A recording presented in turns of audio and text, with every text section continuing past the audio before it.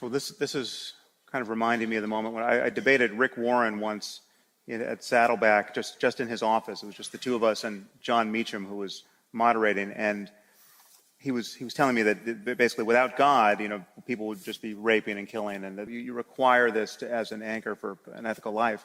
And he even said of himself, I mean, I don't believe this when anyone says this, but this is sort of the bluff that never gets called. He said of himself that if he didn't believe there was a hell, he would be raping and killing. And I don't agree with that. Right. That's actually not right. Something that I fully agree with. But I do agree with the idea that without I'm glad to hear that. Fair enough. But but what I do believe is that a scientific materialist worldview cannot construct a moral system, because is has nothing to do with ought. Science is about is and has no capacity to say anything about ought other than constructions that are based in a notion of free will that you yourself reject. I'm happy to get into all of that. If time is short, but I've written 2 books on those two. I know, I've read them. But if that were true, how would you explain the moral character of my life? I mean, assuming I'm not raping and killing people, or living a life that you would recognize to be ethically well structured. Yeah. I just said moments ago, I don't think that you have to be a religious person to lead a moral life. I do think that there has to be a religious underpinning to a moral system, because I don't think that you're using terminology that is based in certain assumptions about human nature that I'm not sure that you are recognizing that you reject. Right? Let's take the scientific materialist worldview at its very base. Okay, at its very base, we are basically balls of meat wandering through the universe with a bit of self-awareness attached. We're sort of Spinoza's stones that have been thrown, and we know that we've been thrown. We don't have control over our own behavior. We don't have control over what we do. We don't have the capacity to react. No. Well, first of all, many people who would take an evolutionary picture of ourselves also imagine that we have free will.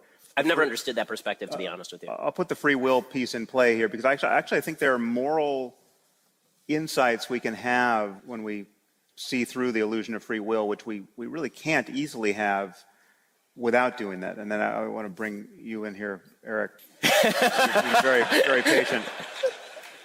Not falling for that twice. Well, I think one of the problems is that in some very weird way, because Ben is wearing a kippah, we think of him as being very orthodox, pious, and religious. In fact, I'm always struck by just how much he eschews any appeal to text in his public argument. So for functional reasons, I very often see him in a largely atheistic context. I find, Sam, that you're always focused on what is, to my way of thinking, very clearly a form of Judaism expressed as atheism. That really does sound anti-Semitic somehow. I'll have to ask my rabbi how I just got insulted. I don't know, Sam, how much are you being paid tonight? And, as much as I take a scientific worldview, I find that if I'm really honest with myself, I have a lot of certainly dialectical tensions that I can't resolve, needs for meaning that I can't find easily met within the rational systems. I think that the is and ought is a good distinction. I think a lot of this has to do with pre-existing architecture that predisposes us, even though our rational minds may know better, towards something that functions very much in an as-if religious context. Well, let's just take is and ought for a second, because here's one way those two things collapse for me. If understanding how the universe is altogether, all the possibilities of experience, all the ways minds emerge, all of the kinds of good lives and bad lives, and all of the mechanisms that would determine one path over another, a complete understanding of the mind and the cosmos, that's all the is there that is there to be understood. If understanding that couldn't give you a complete picture of what you ought to do, where would you go to get that picture?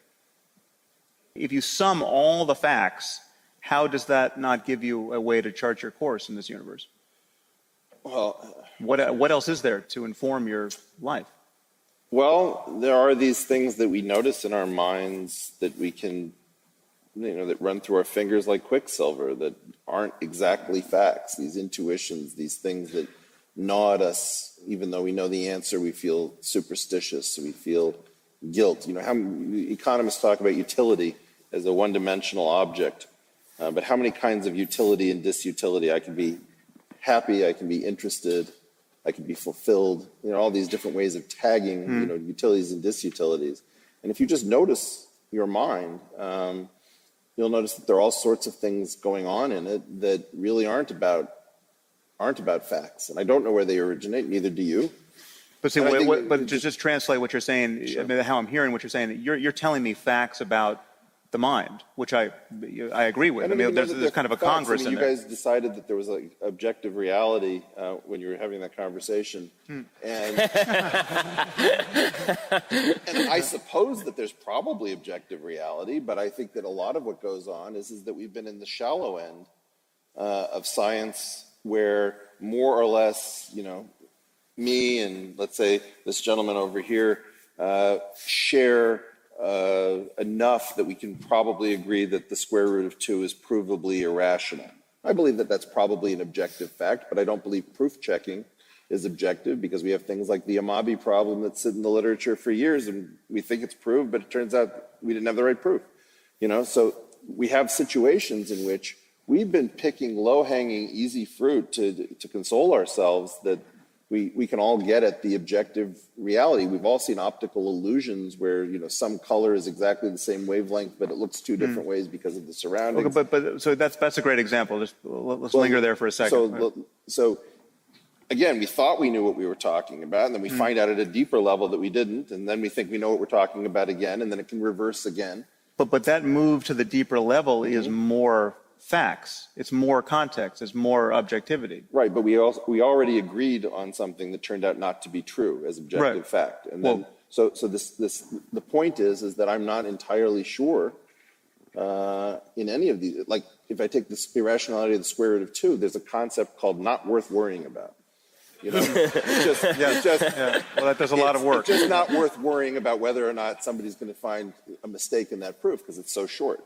When it comes to something like the ABC conjecture, it's been going on for how many years? We still haven't, gotten our arms around it. We're now not in the shallow end quite so much. And so my concern is that it doesn't do a lot of damage to say we can prove that the square root of 2 is irrational and that that's an objective fact, up until you start trying to extend that, to more and more complicated proofs. And then it actually matters that the original concept was the outside proof may exist, but proof checking isn't objective, and therefore we may never exactly know, but there are things that aren't worth worrying about, and we call them objective fact for convenience. Sorry. All right, so let me make an objective, what I think is an objective claim of fact that I think has moral, that you won't agree with, Ben, that I think has moral consequence that we should grapple with.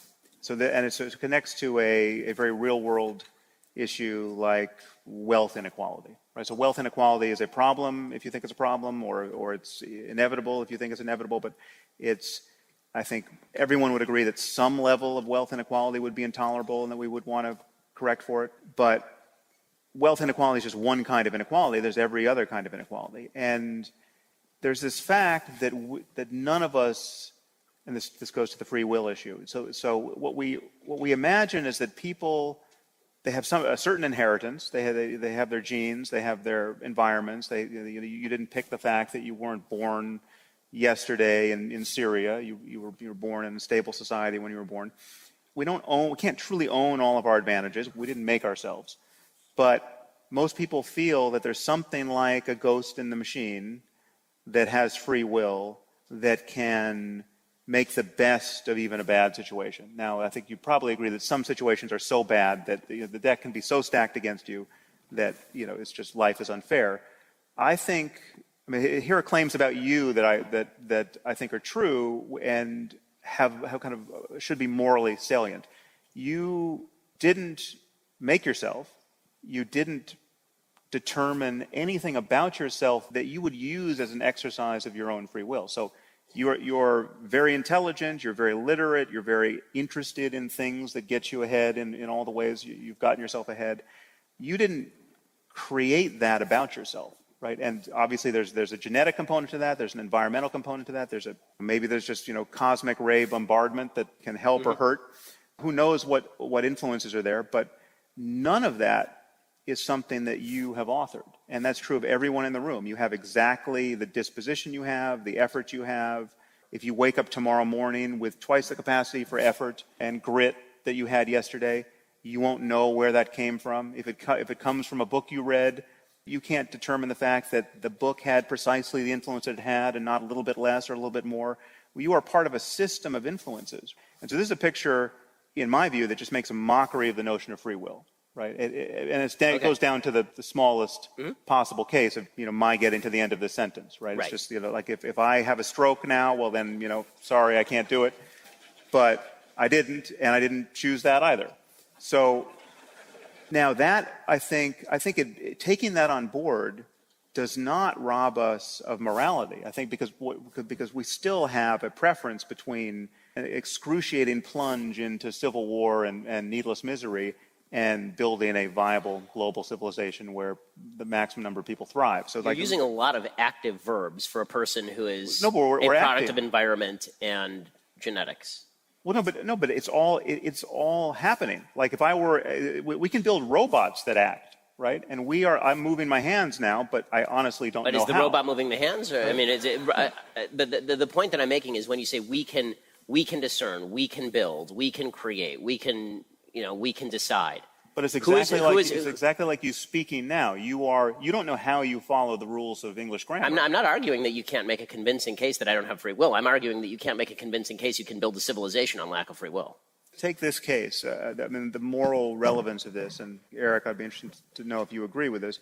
It seems to me that once you admit you either won the lottery or you didn't on some level, that conveys a kind of ethical commitment or an ethical obligation that you wouldn't otherwise have. You can't be the person who then says everyone just basically you're on your own. You either make it based on your effort or not. I mean, this goes to questions of should we have universal health care? It's not just an economic answer. You're going directly from is to ought with no stop on the train at all. Well, it's just for literally decades. There were very wealthy and very sophisticated countries that took the premises that you are building upon and built some of the most repressive regimes in history. Well, right? But they had other things going on. They had bad ideas of economics. I agree. They had personality cults. I agree with all of that. Right. But the point that I'm making is that you are making definitive statements about value judgments with reference to a naturally selected interaction of biology and environment. I just don't know how you're getting from one to the other. Owning the truth of biology does do robots have morality is what I'm asking you. Well, they certainly would if we built them to have conscious states that could allow for suffering and well-being. I mean, that's coming. We're going to have to ask that question. So then we can be God, but God can't make us those kind of robots, is the argument? Well, no, but should we maybe try taking the fun out of this? I thought I was trying.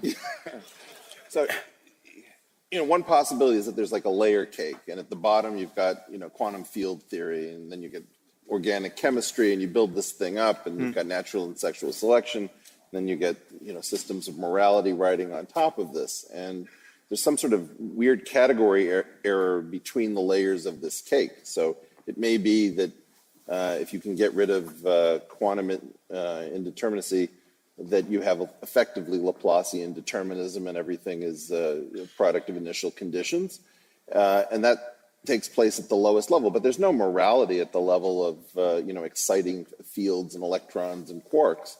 So you don't pair that observable, which is like that quark is being unethical right now, with some behavior which affected whether some synapse fired. So that morality thing has to do with this very high up layer, which is some sort of social organization, which is not fundamental. And so what I hear us doing is talking about free will down here, and talking about morality up here. And one of the lessons of physics is that every layer of the cake has it has its own language game associated with it. And yes, we call those observables, right? Yeah. And so those observables are paired with what we might call effective theories, right? And so these effective theories are not to be mixed up. And so every time we get into one of these free will conversations, I don't know whether you're talking about we have as if free will. Who was forced to buy a ticket to tonight's event, Well, no, So- no, but answer that question really. So, let's do it. did you actually? I didn't have to buy one. Yeah. Well, I don't know. The night is young. You guys should totally get in on this. But the point is that I'm perfectly happy with the idea that I have as if free will at the top of the layer cake, and if we can get rid of quantum observation and get back to Laplacian determinism at some higher level, that I have no free will. But it's as if free will only because you actually are not aware of the proximate cause of your action in each Yeah, I mean, moment. if I look at a chaotic pendulum over at the Exploratorium, it may have a very clear path that's determined through Newtonian mechanics, but I'm not smart enough to figure it out. So effectively, I'm super surprised. I just sit there like an idiot, twirling it, thinking, "Oh wow, I didn't think it was going to do that." Even though I know the physics, right? So, Right. so the point is that if I try to compute something that's much larger than I am, my computer can't handle that much larger system. So this is why sort of self-reflection leads to madness very often. And I thought you said this was going to be Hopefully, fun. hopefully it's not that often. I'm still really interested in the app that you're coming out with for meditation. Yeah. Don't hold your breath, but it is coming. Okay. But what I'm trying to get at is that the fun part of these conversations comes from making these category errors, and the unfun part comes from sorting it out. And then when I played Johnny Raincloud, everybody will say, "Well, okay, I guess that makes sense, but it's no fun anymore." And so that's what I'm worried about. Mm-hmm.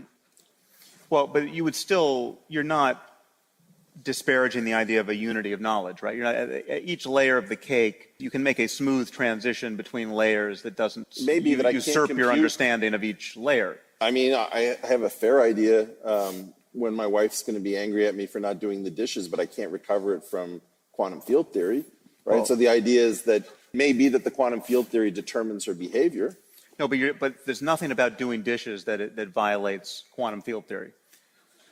You hear One- that, one- honey? one I know you're out there somewhere. I mean, so it's not that you have to live in a different worldview in order to talk about the human relations layer, the moral layer, the free will layer, or not. I can do my best, but I don't find it useful to try to think about human psychology from the point of view of quarks. Yeah. Of quarks. Yeah. But could organic chemistry, if some neurotransmitter is depleted, yeah, so there are some ways in which these different layers can talk to each other, but there's no reason that I should be able to compute necessarily across these layers successfully, even if there is some sort of concept of entailment or determination. What I'm interested in is kind of a first principle methodology of moving forward into the unknown, right? So what I object to in religion and in this notion of revelation is that there was some prior century where we were given the best ideas we're ever going to have on a specific topic, and we must cling to those ideas until the end of time.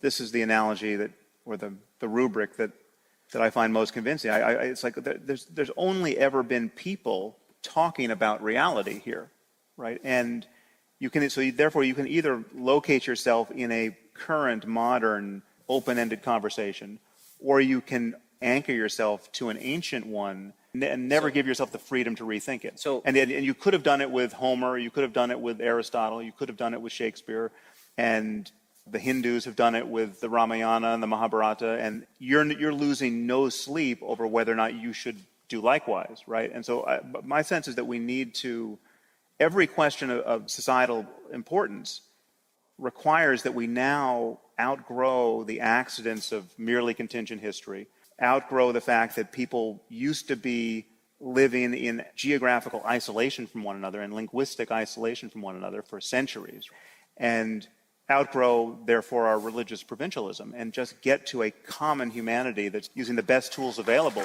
to solve the hardest problems. So I have a couple of quick responses to that. The best tools available are all predicated on assumptions that can only be made about human action and that you fundamentally reject. Again, things like reason, things like free will. Why are we having a conversation here tonight? Why did anyone show up here tonight? Okay, but this is a philosophical confusion that you're, let me try to just address it.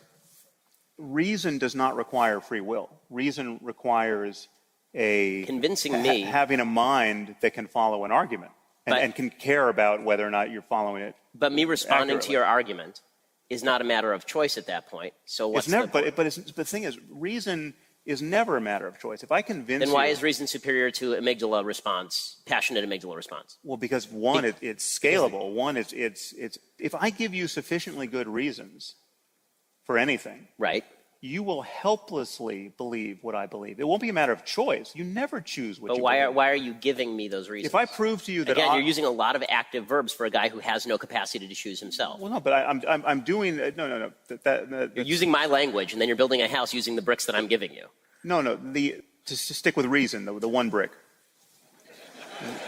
Reason is a mode of influence whereby if you see the syllogism actually runs through, right? Or to speak of reason even more broadly, if I give you a set of facts that persuade you of something that before this moment you were unaware of or thought was untrue, you will helplessly take that on board if you're reasoning, right? So if I show you that 2 plus 2 makes 4 and you can't see it any other way even though you wish it made 5, you will helplessly believe that 2 plus 2 makes 4. You don't choose it. You never choose it.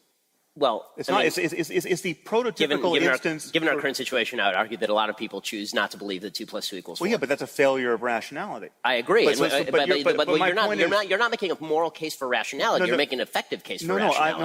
I'm making a case that rationality is the quintessential moment where free will is not in evidence. If I show you, and then I'm asking you, why do you care? No, but that's changing the subject. Let's just take this one brick. No, that was always my subject. But you're saying you can't have reason without free will, or the reason presupposes. No.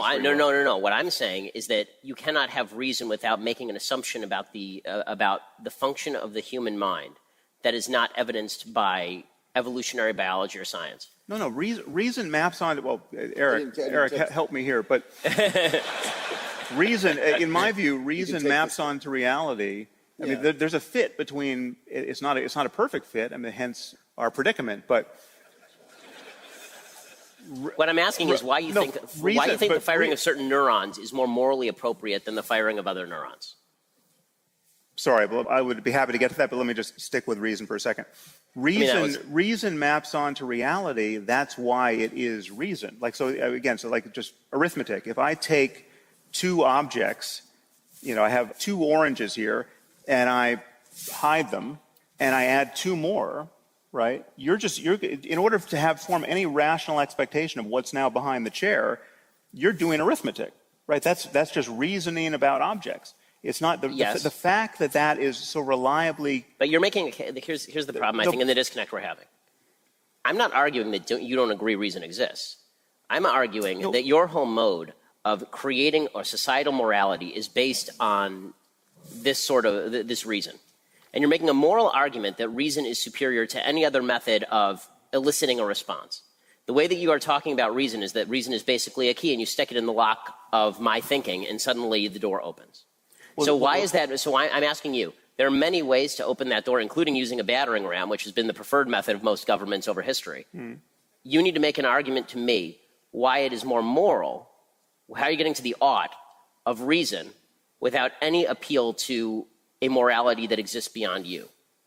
Especially when you get to complex moral questions that are not 2 plus 2 equals 4. They're complex moral questions like what the tax rate should be. Okay, but we have a situation in which reason is clearly the best technique for doing certain things. There are certain things for which that is the primary tool, right? But there are probably, I could advance the argument that when I need to defeat a prisoner's dilemma in order to win with somebody I love very dearly, that somehow I go into some sort of weird reverent state, and the two of us agree not to screw each other over, and we get better outcomes, and it can be that gives me a better outcome than if I had just applied reason in a particular way, or maybe it's not clear which reason to apply. Or if I ask you the question, what is the square root of -1?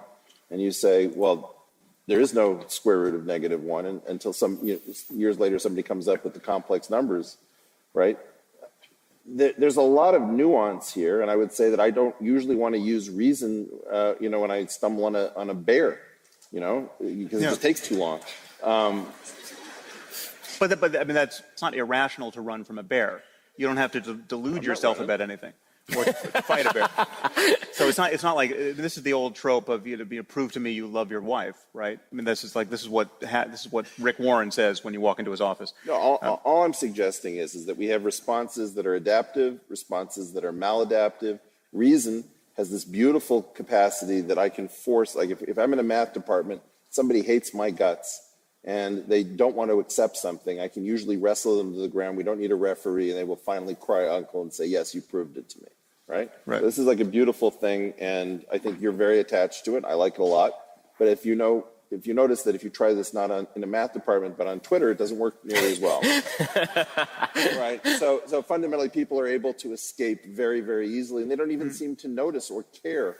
But we acknowledge that is a failure of rationality that should matter to them. And the thing is, it does matter to them when they notice it in others. And it can matter to them when you can show it to them in themselves, right? I mean, are you just closing the door to a hope that conversation can ever get us to converge with people? No. But I am trying to say that fundamentally, I get into arguments in which, well, if you take Ben's rules for arguing with leftists, right? The whole point is, can I get you to agree to this? Can I get you to agree to that? Like it's a series of endgame chess moves, Right? Right, and pretty soon, he's got two rooks on the back rank, and your king has nowhere to go. And somebody says, okay, I think you sort of got me, but I bet if I went home, I could figure out what it is that I agreed to that proved to me that an 8-celled embryo is actually a human life that has to be protected, and I don't think that that's right. Right? And so, Right. Well, we all have these intuitions that are fighting our emotions, that are fighting our reason, and this kind of complex Mexican standoff. I hope that's not insensitive, but it's 2017, people. Yeah. I have no idea. That we don't really understand entirely. I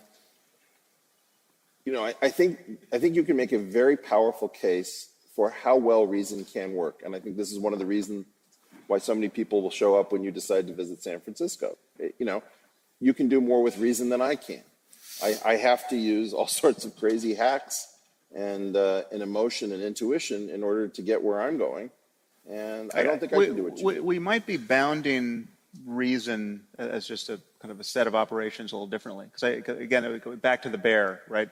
I mean, the antithesis to reason is not emotion. I mean, this split between reason and emotion has always been false. And what you feel when you're pretty sure that what I'm saying is bullshit is an emotion, right? That the feeling of doubt, the feeling of no, you got it wrong, that sense that you want to jump in before I embarrass myself further, right? That's a feeling. I mean, we understand the neurology of that, and people who can't feel the consequence emotionally of their own incoherence they're just happy to confabulate, right? They have no truth testing, and one of them is now running the country.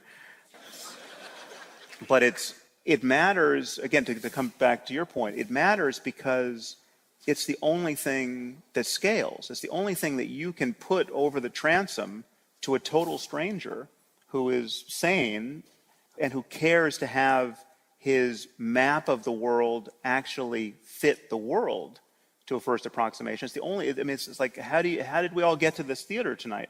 You make a left, you make a right, you make a left, you go, the directions worked for everybody. Yeah, it's the huge work. Right. We're sitting under some super dangerous thing. We just trust that somebody went to engineering school, used a lot of reason, because otherwise we're toast, right? Yeah. It's actually starting to bug me. But but the issue is that, okay. So but you don't need an unmoved mover to sit under this thing. You just need to know that somebody did their job. Right. But somebody who did their job with regard to the universe would be the unmoved mover from the religious point of view. But what confuses me about Ben's perspective is that I think Ben has and we talked about this before, is that Ben talks about the unmoved mover in terms of what sounds to me like a boundary condition, which is not something that I would get up on Saturday morning to pray to, for sure.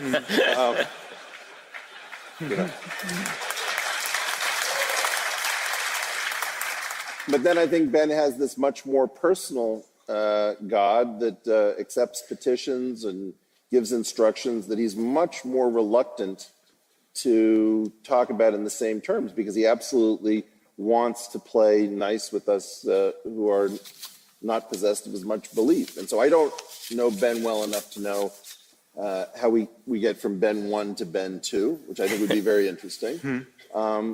But I think that, in part, what you and I come out of is this, let's be honest about it, an Orthodox Jewish tradition that converts very nicely for periods of time into this. I can't bring myself to believe all this stuff in the 5 books of Moses, so I'll embrace social justice, morality, and a lot of philosophizing using these same techniques that were used in my great-grandfather's shul. Right, but again, the primacy of reason and the promise of it is that it's the only thing that stands a chance here of being universal in even a way that's beyond humanity, right? I mean, this whatever we're calling reason ultimately is going to be inscribed in the future machines. Okay, I think if again, you look at Kerala, right? You have the school of astronomy that came up with infinite series and almost got to the calculus before Newton and Leibniz. And what were they? They were doing it in religious verse in India, where they practiced that wrong religion, right? And so, that wrong religion was also coming up with unbelievable stuff. And I think what it really has to do with is there is some set of hooks that have to be hooked in the human mind that have something to do with religion or morality or some kind of social construction, so that we don't spend our time, coveting our neighbors' oxen or wives or what have you. And almost wives, plural. Yeah. And it's coveting your neighbor's ass, but that's reserved for Congress.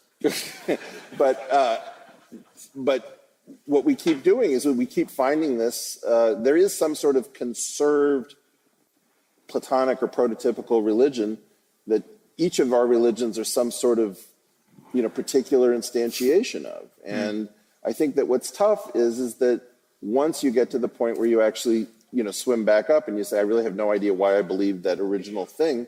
Okay, that's fine, but you still have something that needs to go there, or the whole thing begins to disintegrate. And that's why all 3 of us, in my opinion, are living in some kind of tension between reason and that other thing. And it's hard to talk about that other thing because it doesn't lend itself to the language of reason. But, this is where I still get confused. I don't see the departure from reason for me is where you're pretending to know something you don't know, right? You're pretending to think that something is great evidence when it's obviously not great evidence, and you recognize it to not be great evidence when someone else does it by another name. So, presumably you're not losing sleep over whether to convert to Islam. You see that there are 1.7 billion Muslims playing a very similar language game with a very similar book, but you really don't care about that language game and you don't care about that book. And you can see that their fixation on this revealed tradition is probably not what the universe is all about, right? And so my sense is you could sort of triangulate on any tradition that way. I mean, I don't fully disagree with you. I mean, I think that the point of faith and revelation in any religion is going to be that it's relatively easy to attack.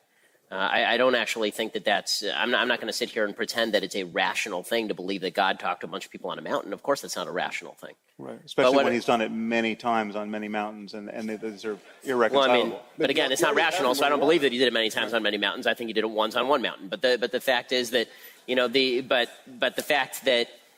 But the problem is this, and I've said this to in expectation of talking to you. I've been saying this to people, that what I find is that it's very easy to tear down revelation. I think it's actually relatively easy to tear down any moral system that's based on atheism. What's very difficult is to build a moral system. But nothing's based on atheism. I agree, nothing is based on atheism. I'm with you. No, but atheism is not. Atheism is just not accepting any of these religious claims on offer. You are making it's like non-Mormonism. This is the part that I really just don't understand. The part that I really, on a fundamental level, I keep asking it about 5 different ways, and maybe I'm just thick. It's possible. And that is, you're making a lot of value systems and then citing reason as though you can derive these value-based judgments from the nature of the universe, and that has not been true for the vast majority of human history and is not true now in the vast majority of places across the world. History, we won't draw these lessons from history. I mean, history is generations of confused people just like ourselves. But you seem less confused, so I'm asking what makes you less confused? One thing I think I'm less confused about is that we have, and this actually I think is a point of confusion that was relevant here. It's not that everything is based on reason. I mean, you can't justify everything, right? You can just begin to see what works, right? Like it's not like so. Is it utilitarian morality that you're espousing? Well, I mean, I don't answer to that name happily because I think there's a lot of confusion built into the way we teach that topic. I mean, utilitarianism school, also, right? I mean, it has inherent value judgments about what exactly is worth preserving and what exactly is worth destroying. So you're making assumptions there as well. This is not a matter of assumptions. It's a matter of just realizing that we live in a space of possible experience. And experience can get very, very bad, or it can get very, very good. And we have no idea how bad it can get. I mean, we have some sense of how bad it can get, and we don't want to go there. But it presumably can get much worse in different minds of the sort that we don't have. But the question now you do end up in a place of radical subjectivism because the question is bad for whom and from what perspective? No, it's not. It's not subjectivism. It's just in fact it's honoring the fact that what we're calling subjective experience is part of the cosmos. This universe has an interior dimension that I would call consciousness. So there are systems that it is like something to be, right? The lights have turned on, and I'd be the first to admit that we don't understand how that happens scientifically yet. We don't understand the relationship between consciousness and the brain in any way that I can defend at the moment. But presumably the brain is involved, and we have a good reason to believe that that's the case. But we have this, what I consider a navigation problem. We as conscious systems can plunge into excruciating misery, or we can, based on all of the tools that we can get our hands around, and reason is one of them, begin to collaborate in a way that allows for more and more beauty and creativity and insight and flourishing. And we know we like that, right? And we don't have to justify that. So are you using just a pleasure pain matrix? No, it's everything, every conceivable facet of what you would recognize as your well-being, and facets yet to be discovered. And again, we were having a talk backstage about psychedelics. So one of the virtues, one of the virtues of psychedelics is that, if nothing else, it will prove to you that it is possible to have a very different experience than the one you're tending to have. I'll take that one on faith. And that. and certainly some of the experiences that people have on psychedelics seem to cash out the kinds of claims that mystics and very religious people have made through the ages. I mean, it's very easy to see the psychedelic experience through a kind of archetypically religious lens, but I would argue we need not. There's other ways to react to a burning bush beyond becoming an Orthodox Jew or a fundamentalist Christian, and I think we need a 21st century response to profundity. To be frank, it's all very pithy to make, snide statements about biblical references and all that's well and good. I understand, but and the imagery is patently metaphorical and or ridiculous, right? I mean, there's no getting around that, and that's true. Actually not. If you take acid, it can be quite literal. I mean, and again, I don't mean to be flippant about this, but it's like there is an experience you can have, and again, it's not, you don't need psychedelics to have it, but there's just an experience you can have if you pay sufficient attention. You can have an encounter with nature that, a burning bush is a little more than a metaphor. But there are these primitives, right, that we're sort of embarrassed to say that we trade off against. So in my case, I often say that it's truth, meaning, fitness, and grace, right? Mm-hmm. And so very often, if I just do truth and just try to figure out, is the glass here or it's not, I don't find that very fulfilling. I have this concept of meaning. Certain things feel meaningful. It's very hard for me to say what that is. It just seems to be a primitive that came with, toggled in my mind.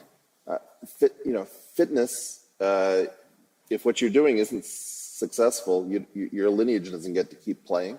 So if somebody puts a gun to my head and asks me questions, I try to figure out what answers they want to hear, not what answers are true. And grace is this weird quality where If I had to take issue with Ben when he talks about, somebody insisting that they use gender pronouns that don't match genotype and phenotype, my feeling is that it's not a violation of truth. It's a violation of grace. I extend it as a courtesy temporarily before somebody takes it someplace where I have to retract it. That's a small difference. And so, fundamentally, when I brought that up on your podcast, there's like all of these people on Reddit were like, okay, he's just admitting that he's not about truth, and it's this, you get into this truth mania without recognizing that you trade off against truth. We all do. Well, no, so again, this is a place where either I don't totally take your point or I disagree, but what I think you want is for those things to cohere in a way that doesn't violate truth, right? So that way you don't have to lie to yourself to get the grace and the fitness and the... I lie to myself. So do these people, and so do you. Is that the only way to get the meaning and the grace that you want? And I would say that's not the case. I mean, so meaning can become uncoupled from truth in a way that you would acknowledge as synonymous with madness, right? If you find meaning in things that no one else can recognize as meaningful, and you talk too much about it, you're the person who gets locked up. I practice this, right? And so when my son and I drive to school, I always tell him that I look at the license plates and they say things to me like, there's WMD right in front of me. It's like, I found WMD, or I found his name the other day. And he says, like, Dad, this is really creeping me out. And I said, well, but it's important to notice what it feels like to discern meaning where there is no meaning. It's important to be in touch with that as if madness experience in order to guard against madness.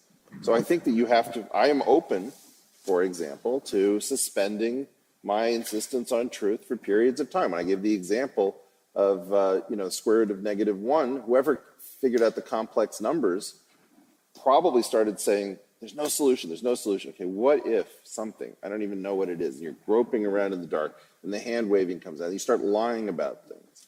And then you can find them, right? And so you sort of take an advance on the truth and you go into these other spaces and then hopefully, if you're lucky, you get to higher ground and you can start talking about truth all over again. Yeah, but that's a kind of happy spiral, which is not the same thing as delusion, or it's not sustained delusion. I mean, it's not sustained delusion. Basically, you want to say you want to perturb your consciousness in ways so as to depart from rigor, so that you can get back to rigor a better. Right, but it is delusion for a period of time, as per your acid trip, right? And I did have an acid trip where I was not planning to confess my psychedelic misadventures, but it seems apropos, and this story will prevent Ben from ever trying acid. This is a perfect example of meaning and awe and everything else, all the good stuff, becoming uncoupled from its appropriate object. I was on acid, needless to say, and staring at a photograph. I was staring at a human face that I was taking to be just the most kind of radiant exemplar of sainthood I had ever seen. President Trump. And I'm almost as inappropriate.